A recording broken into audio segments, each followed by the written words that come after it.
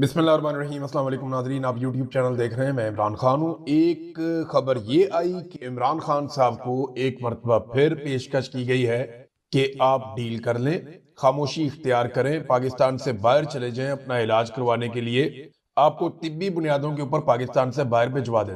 ये सहाफ़ी हैं और सीनियर जर्नलिस्ट हैं फखरुर रहमान साहब, उन्होंने भी ये खबर दी है। कुछ और सोर्सेज भी ये दावा कर रहे हैं और लगातार इन चीजों का दावा हो रहा है कि इमरान खान साहब को एंगेज करने की कोशिश की गई और ये कहा गया कि जनाब आप बाहर चले जाएं पाकिस्तान से। फखरुर रहमान साहब ने भी ये खबर बताई और ये एस्टेब्लिशमेंट की ख्वाहिश है, नवाज शरीफ की भी ख्वाहिश है। देखिए, इमरान खान साहब को तोड़ने में तो ये मुकम्मल तौर पर नाकाम रहे हैं, ना उनकी मकबूलियत को ये डैमेज कर पाए। अब अगर कोई रेमेडी मिल सकती है या अगर नवाज शरीफ को या आसिम मुनीर को कोई फेस सेविंग मिल सकती है तो वो यही हो सकती है कि जैसे नवाज शरीफ पाकिस्तान से इलाज करवाने के बहाने पाकिस्तान से बाहर इंग्लैंड चले गए थे, वैसे ही इमरान खान साहब भी इलाज करवाने के बहाने पाकिस्तान से बाहर किसी और मुल्क में चले जाएं। इमरान खान साहब इस बात में नहीं मानते और मुबैना तौर पे उन्होंने एक मरतबा फिर यही कहा कि एब्सोल्युटली नॉट, कि मैं नहीं मानता, मैंने कोई डील नहीं करनी और मुझे कोई डील आपसे नहीं चाहिए। तो ये बार बार डील जाती क्यों है इमरान खान के पास? कभी अमेरिका से बंदे बुला के इमरान खान के पास भेजते हैं, कभी कहीं और से बंदे बुला के इमरान खान के पास भेजते हैं, कभी उसको बराह रास्त डील देते हैं, कभी गिरफ्तारी से पहले उसको डील ऑफर करते हैं, कभी गिरफ्तारी के बाद उसको डील ऑफर करते हैं। और अब हाल ही में एक नई डील का भी इंकशाफ हो रहा है और ये 2-3 सोर्सेज ने यह दावा किया कि इमरान खान साहब को फिर डील दी गई और उन्होंने कहा जी मैं नहीं करता, उन्होंने इनकार कर दिया। वो कहते हैं मैंने नवाज शरीफ नहीं बनना। देखिए, नवाज शरीफ की जान कैसे छूटती। नवाज शरीफ के ऊपर जो सबसे बड़ा इल्जाम लगा ना वो ये है कि नवाज शरीफ अपने प्लेटलेट्स गिरा के बीमारी का बहाना बनाकर पाकिस्तान से बाहर भाग गए और फिर जब वो पाकिस्तान वापस आए तो वो तब तक अपनी डील मुकम्मल कर चुके थे। तो वो 4 हफ्ते का कहकर गए थे और 4 साल गुजार कर नवाज शरीफ साहब पाकिस्तान वापस आए और 50 रुपए के स्टाम्प पेपर के ऊपर पाकिस्तान से वो बाहर गए थे। अब ये इतना बड़ा एलिगेशन है, इतनी बड़ी तौहीन और इतनी बड़ी बेइज्जती है किसी सियासी लीडर की कि जब तक के इमरान खान साहब इतना बड़ा कुछ काम नहीं करेंगे तब तक नवाज शरीफ साहब की जान नहीं छूटी। तो अब उन्हें लगता है कि हम बार बार ऑफर करें तो शायद किसी जगह पे जाके इमरान खान साहब मान जाएं। अगर इस खबर को देखें तो फिर तो यही वो ख्वाहिश है उनकी कि कुछ ना कुछ करके इमरान खान साहब को इस पे मना लें।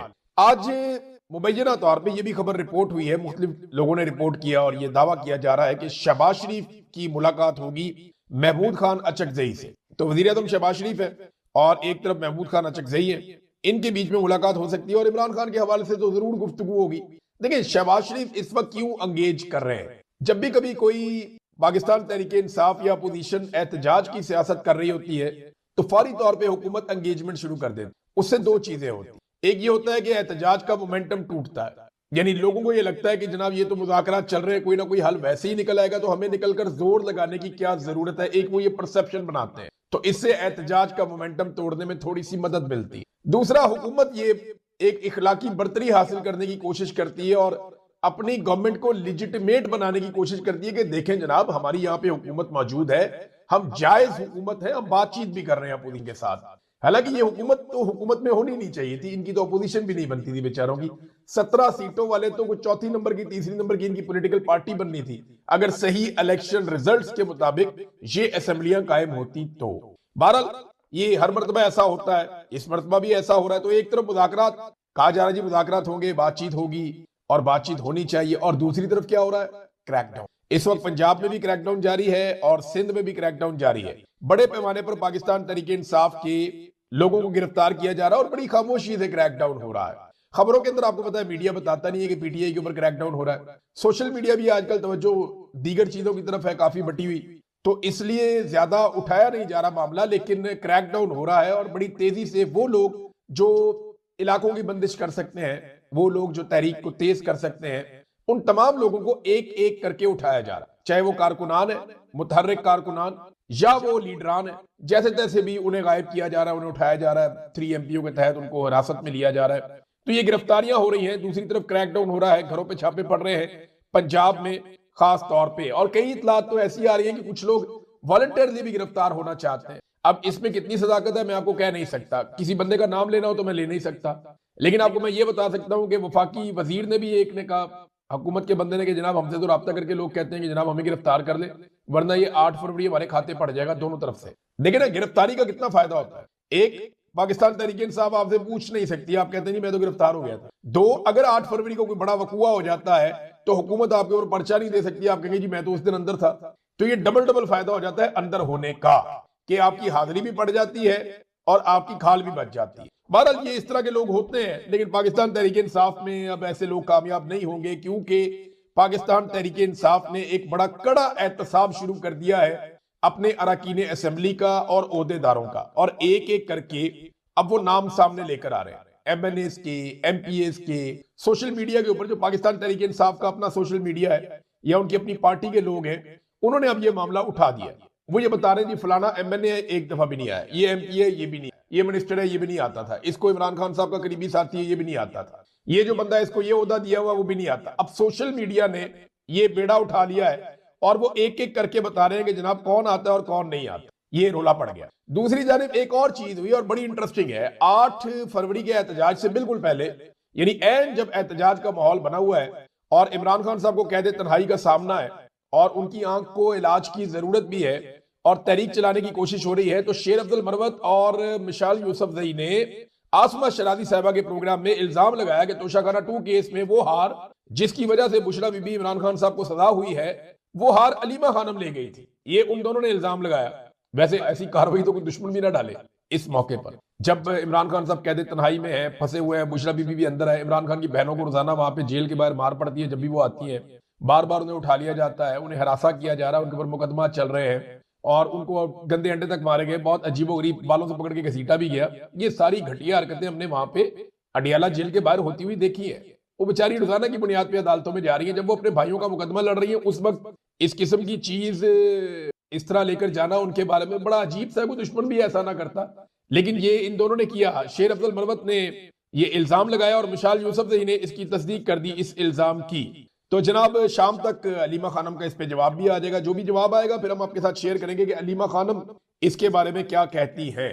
भारत ये बड़ी, अब मैं क्या कहूं, इमरान खान साहब ने फिर इसका मतलब है शेर अब्दुल मरवत साहब को बहुत पहले पहचान लिया था, वरना वो ना निकालते पार्टी में से। ऐसी सूरत हाल में लीडर्स पार्टी से लोगों को नहीं निकाला करते जब वो जेलों में हो, लेकिन इमरान खान साहब ने ऐसा किया था। अब इमरान खान साहब का देखिए हालात उनके इतने मुश्किल है कि फैमिली और डॉक्टर्स को मेडिकल रिपोर्ट्स देनी थी और ये हुक्म सुप्रीम कोर्ट ऑफ पाकिस्तान के चीफ जस्टिस ने दिया कि जनाब हमने कह दिया है आपकी फैमिली को और इमरान खान साहब की फैमिली को और डॉक्टर्स को उनकी मेडिकल रिपोर्ट्स मिल जाएंगी, लेकिन अब तक इमरान खान साहब की मेडिकल रिपोर्ट्स नहीं दी गई। हालांकि जब नवाज शरीफ साहब जेल में थे तो हर 15 मिनट के बाद नून लीग रिपोर्टों के साथ आकर टीवी पे बैठ जाती थी, हर 15 मिनट के बाद उनको नई रिपोर्ट मिलती थी कि प्लेटलेट्स इतने कम हो गए और इतने कम हो गए और इतने कम हो गए। अगर नवाज शरीफ को कहीं इमरान खान साहब पाकिस्तान से बाहर ना भिजवाते ना तो प्लेटलेट्स माइनस में चले जाने थे उनके। मुझे तो ऐसा लगता था कि अगले 2-4-5 घंटे में 0 हो जाएंगे और उसके बाद माइनस में जल पड़ेंगे। जिस रफ्तार से नवाज शरीफ साहब के प्लेटलेट्स को मैनेज किया जा रहा था, और पीएमएलएन जो है वो हर 15 मिनट के बाद हाथ के अंदर एक रिपोर्ट लेके बैठी होती थी कि जनाब ये एक और रिपोर्ट आ गई है। और इधर इमरान खान साहब को 1.5 हफ्ता हो गया लगभग, अस्पताल से उनको ले जाके एक ट्रीटमेंट करवाया गया था, तब से लेकर अब तक इमरान खान साहब की जो मेडिकल रिपोर्ट है वो उनकी फैमिली और डॉक्टर तक को नहीं दी गई। इस रिपोर्ट में ऐसा क्या है जो हुकूमत इसे छुपा रही है और नहीं दे रही, ये सवाल भी अपनी जगह पे। इमरान खान साहब के बेटे कासिम खान का भी एक स्टेटमेंट आया, उन्होंने एक ट्वीट किया है, एक पोस्ट उन्होंने शेयर की, उसमें उन्होंने लिखा मैं और मेरा भाई अपने वालिद से मिलने पाकिस्तान जाना चाहते हैं। 914 दिन हो गए, हमारे वालिद कैद में है, कैद तन्हाई में। उनकी सेहत के मसाइल के बावजूद उन्हें इंडिपेंडेंट तिब्बी सहूलियात तक रसाई नहीं दी जा रही। अब हुकूमत जानबूझकर हमारा वीजा प्रोसेस भी रोक रही है। एक कैदी को इलाज ना देना जुल्म है, बच्चों को बाप से ना मिलने देना इज्तिमाई सजा है, यानी हमारे लिए भी एक सजा है कि हमारे बाप से हमें नहीं मिलने दिया जा रहा। इस तरह इमरान खान साहब के बेटे ने कहा। हम बैनुल अक़वामी इंसानी हकूक़ की तंजीमों से अपील करते हैं कि आवाज उठाएं इससे पहले कि इमरान खान को कोई नुकसान हो। अब ये इमरान खान के बेटे बार बार ये अपीलें कर रहे हैं, बार बार ये बात कर रहे हैं, और आलमी सतह पे जो आवाजें उठनी चाहिए वो उठती है, बाद औक़ात नहीं उठती। लेकिन सबसे बड़ा सहारा पाकिस्तान का जो ये मौजूदा रजीम है, इसे डोनाल्ड ट्रंप का है कि अमेरिका को इन्होंने राजी रख लिया है कुछ ना कुछ करके, और उसके जरिए से अब तक जो सूरत हाल है उसको ये मैनेज करते चले आ रहे हैं। नाज़रीन, पाकिस्तान तहरीक इंसाफ के तमाम अरकान असेंबली और ओहदेदारान को आज खैबर पख्तूनख्वा हाउस में तलब कर लिया। ये एक बड़ी डेवलपमेंट, यानी पाकिस्तान तहरीक इंसाफ आप जानते हैं कि इस वक्त सबसे तगड़ी जमात है और उन्होंने ही अभी तहरीक चलानी है। तो खैबर पख्तूनख्वा हाउस में पूरे पाकिस्तान से मेंबरान असेंबली, टिकट होल्डर, तंजीमी ओहदेदारान, तमाम विंग्स के सीनियर ओहदेदारान का इजलास तलब कर लिया गया है। इमरान खान साहब को अल-शिफा अस्पताल मुंतकिल करवाने और इनका मुकम्मल इलाज करवाने, फैमिली और जाती मुआलिजीन की इमरान खान तक रसाई करवाने के हवाले से अहम इकदामात उठाए जाएंगे। ये जनाब आप देखें क्या फैसले होते हैं, क्योंकि अरकान असेंबली को या टिकट होल्डर्स को जिन पे इमरान खान साहब ने भरोसा किया था, उन सबको अपना जिम्मेदारी लेनी पड़ेगी, वरना पाकिस्तान तहरीक इंसाफ का सोशल मीडिया एक एक करके सबकी शक्लें सामने रखना शुरू हो गया। जनाब इसको देखो ये भी नहीं आता, इसको देखो ये भी नहीं आता, इसको देखो ये भी नहीं आता। तो हर एक के ना आने की अपनी अपनी वजह है, लेकिन पाकिस्तान तहरीक इंसाफ के अंदर जो है वो पहलवानी सोशल मीडिया की तो है। और अगली दफा जब ये टिकट लेने के लिए जाएंगे तो इनकी बड़ी शदीद मुखालफत भी हो जाएगी उस वक्त। तो अगर आपने अपने टिकट पक्के करने हैं तो काम इन्हें करना पड़ेगा बेचारों को, क्योंकि सोशल मीडिया खुद से एहतसाब कर रहा है। नाज़रीन एक खबर और है, अफसोसनाक खबर है, बार बार आपको कोई ना कोई बुरी खबरी सुनने को मिलती है जब से रजीम है। आलू का जो किसान है वो एक मरतबा फिर रुल गया। ये लगातार जितने साल से हुकूमत में है ना, 4 साल हो गए, चारों साल आलू का किसान रुल गया, एक साल भी उसको मुनाफा या फायदा नहीं हो रहा, और अरबों रुपए का आलू के किसान को नुकसान हुआ है। और दावा इनका यह है, यानी मरियम नवाज ने यह ट्वीट करके कहा जनाब हमने 25% ज्यादा आलू पैदा कर लिया है, इनका मुआवजा यकीनी बनाने के लिए हम नई मंडियों तक रसाई हासिल करने की कोशिश कर रहे हैं, और ये आलू भेजने के लिए एक और मुल्क कहते जी वहां पे भी हम ये आलू भेजेंगे। और ये अफगानिस्तान का रास्ता इन्होंने बंद किया हुआ, यहाँ पे आलू जाता था। अफगानिस्तान के अंदर हम एक्सपोर्ट करते थे, वहां से सेंट्रल एशिया में भी जहां मर्जी चले, तो हम इस तरफ को अपना आलू एक्सपोर्ट करते थे, अब कहां करेंगे, किधर भेजेंगे। ये आइटम जो है इसको स्टोर करने की भी एक कीमत होती है। किसान का अरबों रुपए का नुकसान हो गया, बेशुमार किसान रुल गए। अब जो इजाफी पैसे उसको पड़ रहे हैं सर्द खाने के अंदर आलू रखने का, पैदावार ज्यादा हो गई है ना, तो आपको एक्सपोर्ट करना पड़ता है। तो इनके पास इसमें किसी किस्म का कोई गुंजाइश नहीं है, कोई प्लानिंग नहीं है। तो गंदम का किसान भी रुल गया, मकई का किसान भी रुल गया, चावल का किसान भी रुल गया, माल्टा किन्नू का किसान भी रुल गया, और अब फाइनली जो है वो आपका आलू का किसान था, जो एक बड़ी फसल पंजाब में लगती है, सेंट्रल पंजाब में, ये किसान भी रुल गया इनकी हरकतों की वजह। नाज़रीन कासिम सूरी साहब ने एक स्टेटमेंट दिया।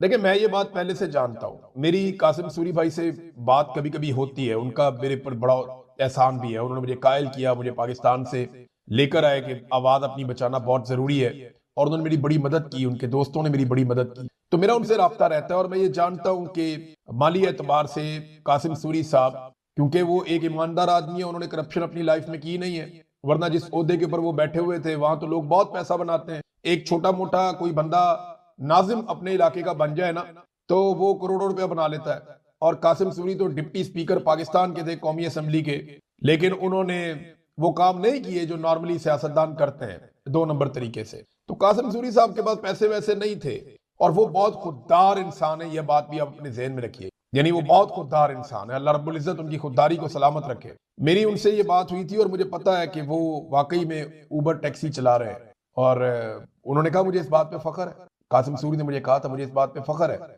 कि मैंने बेवफाई नहीं की, मैं एक वफादार आदमी, मैं अपने लीडर के साथ खड़ा हुआ और अपने मौके पे डट के खड़ा हुआ। तो ये कासिम सूरी, यानी ये शरीफों और जरदारियों जैसे बेशुमार लोग 100-100 साल की जिंदगी भी जिए ना, तो कासिम सूरी जैसी खुददारी की एक दिन की जिंदगी, इसका जो नशा है ना, ये समझ नहीं सकते। तो कासिम सूरी साहब के लिए खराज तहसीन है मेरी तरफ से, उन्होंने ये बात खुद अपने मुंह से कह दी, वरना मुझे बताते हुए बहुत अजीब लगता, लेकिन बहुत बड़े दिल का आदमी, उसने बताया जनाब के ये हालात है, लेकिन इसके बावजूद हम झुकेंगे नहीं, हम पीछे नहीं हटेंगे, मुकाबला करेंगे। कामरान शाहिद साहब मेरे साथ बड़ा लंबा अरसा सहाफत उन्होंने की, और सीनियर जर्नलिस्ट हैं, उन्होंने एक जुमला बोला, मैं उस पर जरूर कमेंट करना चाहूंगा। उन्होंने कहा मैं समझता हूं कि दुनिया की कोई भी फोर्स बिला वजह अपने किसी शहरी को मिसिंग नहीं करती। कामरान शाहिद, देखिए ये जो मिसिंग करना होता है ना, ये होता ही गैर कानूनी, ये आइन और कानून में इसकी गुंजाइश नहीं होती। मिसिंग करना कोई मसले का हल नहीं है। आप अदालतों में पेश करें और अपने कवानीन को इतना बेहतर करें कि उसके मुताबिक आपको किसी को मिसिंग करना ना पड़े, और अपनी इन्वेस्टिगेशंस को इतना अच्छा करें कि आपकी अदालतें इंसाफ दें। ये जो मिसिंग करना होता है, इससे मसाइल कम नहीं होते, मसाइल बढ़ते हैं। और ये जो कह रहे हैं ना बिला वजह मिसिंग नहीं करती, मैं खुद मिसिंग पर्सन रहा हूं। मैं जब ISI वालों से पूछता था कि यार मुझे तुम लोगों ने क्यों यहाँ मिसिंग पर्सन किया हुआ, क्या वजह है, मैंने कौन सा ऐसा कानून तोड़ा है, उन्होंने कहा कोई कानूनी वजह ही नहीं है आपको यहाँ लाने की, हमारे बड़ों को आप बाहर सूट नहीं कर रहे। यानी हमारे बड़े नहीं चाहते कि इस वक्त आप बाहर हो, उन्हें सूट नहीं कर रहा, अपना जाती मफाद है उनका। फील्ड मार्शल का अपना मफाद था, मरियम नवाज को जनाब अपना, नवाज शरीफ का अपना मफाद था, फील्ड मार्शल आसिम मुनीर का अपना मफाद था, नदीम अंजुम का अपना मफाद था। तो मुझे पकड़ के इन्होंने जबरी तौर पे लापता कर दिया 5 महीने। तो मुझे तो कोई कानूनी वजह नहीं बता पाए, कोई वजह नहीं होती, बातों का कोई वजह नहीं होती। मेरे मुंह से एक जुमला निकल गया था एक दफा कि ये जो लोग मिसिंग पर्सन होते हैं इन्होंने कुछ तो किया होगा, और मैंने जाके चौक में खड़े होकर सारी दुनिया के सामने मारंग बलोच से हाथ जोड़ के माफी मांगी थी अपने जुमले की। तो कामरान शाहिद साहब ऐसा ना करें, कल को आपको भी माफी मांगनी पड़े, बाद में बहुत तकलीफ होती है, बहुत बुरा लगता है। मरियम नवाज साहिबा का स्टेटमेंट नाजरीन पीछे हट ही नहीं रहा, उन्होंने अजीबोगरीब स्टेटमेंट दे दिया। यानी शरीफ खानदान की पूरी सियासत, पूरी सोच का जो मोटो है वो ये है कि शऊर से पेट नहीं भरता। अगर शरीफ खानदान की पूरी सियासत को आपने एक जुमले में बंद करना है ना, इन ताजरों की पूरी सियासत को, तो वो ये है कि शऊर से पेट नहीं भरता। देखिए, पेट तो हर आका अपने गुलाम का भी भरता। अंग्रेजों ने बहुत तरक्याती काम किए थे इंडिया पाकिस्तान में, लेकिन हमने आजादी क्यों हासिल? शऊर की वजह से की ना। फिर हम शऊर के पीछे क्यों चले थे? हम तो ये भी कहते रहे भूखे रहेंगे मगर एटम बम बनाएंगे। ये कौन सा वाला शऊर था? यानी ये इस खानदान की एक घटिया सोच है। इंसानों में और बाकी जानदारों में फर्क किस चीज का है? शऊर का फर्क है। अल्लाह रब्बुल इज्जत ने फरिश्तों को क्या दिखाया था? इंसान में इल्म और शऊर दिखाया था ना, जिसके बाद फरिश्तों को हुक्म दिया कि इसको सजदा करो इंसान को। देखिए, शैतान ने तो कहा खाओ, बहुत मजे का है, खाओ। तो रहमान ने कहा था कि तुम्हें शऊर दिया कि नहीं खाना। शऊर में इतना फर्क है। पेट तो भर जाता है, असल बात तो शऊर की है, लेकिन ये पेट से सोचते हैं ना। वो शेख रशीद ने एक जुमला कहा था, और वो हमारे मजहब में भी है कि इनका पेट जो है ना वो कब्र की मट्टी भरेगी, उससे पहले इनका पेट नहीं भरेगा। शऊर से इनका पेट नहीं भर सकता। कौमें जब उन्हें शऊर मिलता है कौमों को, तब वो तरक्की करती हैं, वो आगे बढ़ती हैं, पूरी की पूरी कौम आगे बढ़ती। पेट तो जानवर भी एक दूसरे को मार के खा जाते हैं, अपना अपना पेट भर लेते हैं, लेकिन उन्हें शऊर नहीं होता। नाज़रीन, अक़वाम मुत्तहिदा ने ईमान मज़ारी साहिबा के मामले के ऊपर एक मुज़म्मती बयान जारी किया। अक़वाम मुत्तहिदा का ईमान मज़ारी और हादी अली चट्ठा केस के फैसले पर तशवीश का इजहार दोनों मियाँ बीवी को महज इंसानी हुकूक और आज़ादी इजहार राय के हक को इस्तेमाल करने पर निशाना बनाया गया। दिफा के लिए मुनासिब वक्त नहीं दिया गया, और कार्रवाई के दौरान आलमी मेयार के कानूनी तकाजों को भी नजरअंदाज किया गया। अब आलमी सतह पर आवाजें उठ रही हैं जो जुल्म और ज्यादती ईमान मज़ारी और उनके शौहर के साथ हो रही है। नाज़रीन, एक जाते जाते आपको खबर दे देता हूं मैं कि बोर्ड ऑफ पीस में पाकिस्तान के जाने के बावजूद, डोनाल्ड ट्रंप की जानिब से जंगबंदी के ऐलान के बावजूद लगातार फलस्तीनियों का कत्लेआम हो रहा है, और जो नस्ल कुशी है वो अभी भी जारी है। पाकिस्तान के डीजी ISPR ने दावा किया था कि हमने ये इसलिए किया, पाक फौज के तर्जुमान ने कहा कि हमने ये इसलिए किया ताकि फलस्तीन में खून बहना बंद हो जाए। अभी ताज़ा इतलात के मुताबिक मजीद 21 फलस्तीनियों को शहीद कर दिया गया है। तो पाकिस्तान को अपनी पॉलिसी के ऊपर एक मरतबा फिर सोचना चाहिए कि क्या वाकई उन्होंने जो किया इसमें फलस्तीनियों का भी कोई फायदा हुआ है, या सिर्फ आपने डोनाल्ड ट्रंप को राजी किया। अब तक के लिए इतना ही। अपना ख्याल रखिएगा, अपने चैनल का भी। अल्लाह हाफिज।